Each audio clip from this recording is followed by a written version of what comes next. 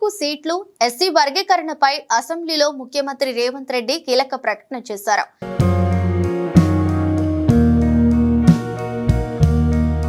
తెలంగాణలో రాజకీయంగా స్థానిక సంస్థల ఎన్నికల్లో బీసీలకు 42% సీట్లు కేటాయిస్తామని తెలంగాణ ముఖ్యమంత్రి రేవంత్ రెడ్డి అసెంబ్లీ వేదికగా ప్రకటించారు. అన్ని రాజకీయ పార్టీలు కూడా బీసీలకు 42% సీట్లు కేటాయించాలని ఆయన విజ్ఞప్తి చేశారు. అసెంబ్లీలో సామాజిక, ఆర్థిక, కులగణనపై చర్చ సందర్భంగా ఆయన ప్రకటన చేశారు. ఈ సర్వేలో నమోదైన కుటుంబాల ఆధారంగా రాష్ట్రంలో 3,54,77,554 మందిని సర్వే చేయడం జరిగింది. ఈ మొత్తం సామాజిక వర్గాల వారిగా సంఖ్య ఈ క్రింది విధంగా ఉంది అధ్యక్ష. ఎస్సీలో 61,84,319 మంది ఉండగా ఇది మొత్తంలో 17.43% ఉంది. ఎస్టీలో 37,05,929 మంది ఉండగా ఇది మొత్తంలో 10.45% ఉంది అధ్యక్ష. బీసీ ముస్లిం మైనారిటీ మినహా 1,64,09,179 ఉండగా ఇది మొత్తంలో 46.25% ఉంది అధ్యక్ష.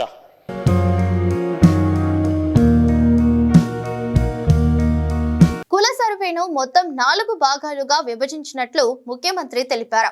వాటిలో మొదటి 3 భాగాలను సభలో ప్రవేశపెడుతున్నామని ఆయన పేర్కొన్నారు. 4వ భాగంలో పౌరుల వ్యక్తిగత సమాచారం ఉన్నందున వ్యక్తిగత గోప్యత చట్టం ప్రకారం దానిని సభలో ప్రవేశపెట్టలేమని ఆయన స్పష్టం చేశారు. రాష్ట్రంలో 3.54 కోట్ల మంది సర్వేలో పాల్గొన్నారని ముఖ్యమంత్రి వెల్లడించారు. ఏబిసిడి ఈ వర్గాలుగా ఉన్న బీసీల మొత్తం జనాభా రాష్ట్రంలో 56.33% ఉందని ఆయన తెలిపారు. ఈ అన్ని గ్రూపులలో 56.33% ఈరోజు బీసీ జనాభా ఉన్నదని చెప్పి నివేదిక మనకు తెలుపుతున్నది అధ్యక్ష. ముస్లిం మైనారిటీలో ఓసీలు 8,80,424 ఉండగా ఇది మొత్తంలో 2.48% ఉంది.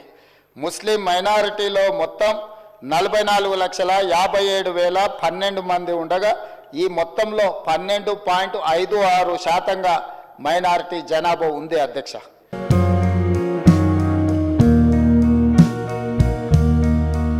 గత ప్రభుత్వం ఓసీలను 20% పైగా చూపించిందని, ప్రస్తుత కుల సర్వే ప్రకారం ఓసీల జనాభా 15%గానే ఉందని ఆయన తెలిపారు.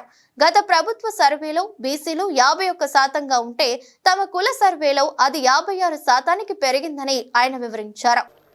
అధ్యక్ష, ఈ సర్వే ద్వారా సేకరించిన డేటా షెడ్యూల్డ్ కులాలు, షెడ్యూల్డ్ తెగలు, వెనుకబడిన తరగతులు మరియు రాష్ట్రంలో ఇతర బలహీన వర్గాల సంక్షేమానికి విధానాలను రూపకల్పన చేయడానికి ప్రభుత్వం ఉపయోగిస్తుంది.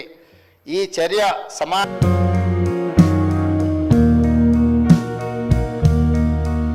గత ప్రభుత్వం అటెండర్లతో కూడా సర్వే చేయించిందని ముఖ్యమంత్రి విమర్శించారు.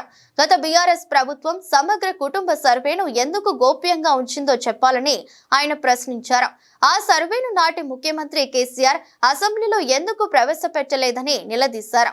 గత ప్రభుత్వ సర్వేతో పోల్చితే తాము చేపట్టిన కుల సర్వేలో ఎస్సీ, ఎస్టీ, బీసీల శాతం పెరిగిందని ఆయన పేర్కొన్నారు. ఇవాళ మేము సిద్ధంగా ఉన్నాం, మీరు సిద్ధంగా ఉన్నారా? నేను ఇవాళ సూటిగా అడుగుతున్న బీఆర్ఎస్ను, బీజేపీని. మా పార్టీ 42%, రేపు జరగబోయే స్థానిక సంస్థల ఎన్నికలల్లో 42% సీట్లు మా పార్టీ ఇస్తుంది. ఇది మా కమిట్మెంట్. మీ 2 పార్టీలను నేను సవాలు విసురుతున్నా, మీరు రాండి, ఈ వేదిక మీద నుంచి మాట ఇవ్వండి, 42% ఇద్దాం. చట్టాన్ని సవరించే చట్టంలో ప్రొవిజన్ వచ్చినప్పుడు చట్ట ప్రకారం ఇద్దాం. ఈ రోజు రాజకీయంగా, నైతికంగా మనం కట్టుబడి ఉండి 42% బలహీన వర్గాలకు సీట్లు ఇద్దాం. మీకు చిత్తశుద్ధి ఉంటే ముందుకు రాండి అని చెప్పి నేను వారికి సూచన చేస్తున్నా అధ్యక్ష.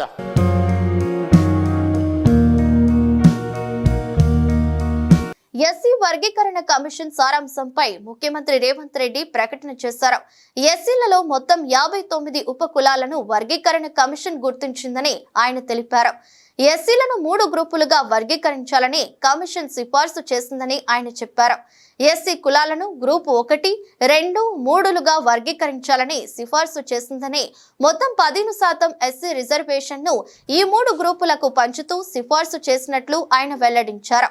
గ్రూప్ 1లోని 15 ఉపకులాలకు 1%, గ్రూప్ 2లోని 18 ఉపకులాలకు 9%, గ్రూప్ 3లోని 26 ఎస్సీ ఉపకులాలకు 5% రిజర్వేషన్ ను కమిషన్ సిఫార్సు చేసిందని ఆయన తెలిపారు.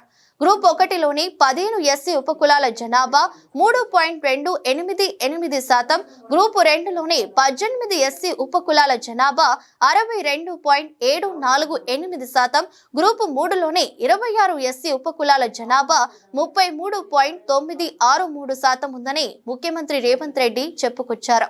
ప్రభుత్వాన్ని కోరుతూ ఈ సభ తీర్మానించింది. అందరు సభ్యులందరూ కూడా ఏకగ్రీవంగా ఈ తీర్మానాన్ని ఆమోదించవలసిందిగా కోరుతున్నాను అధ్యక్ష. తమరి అనుమతితో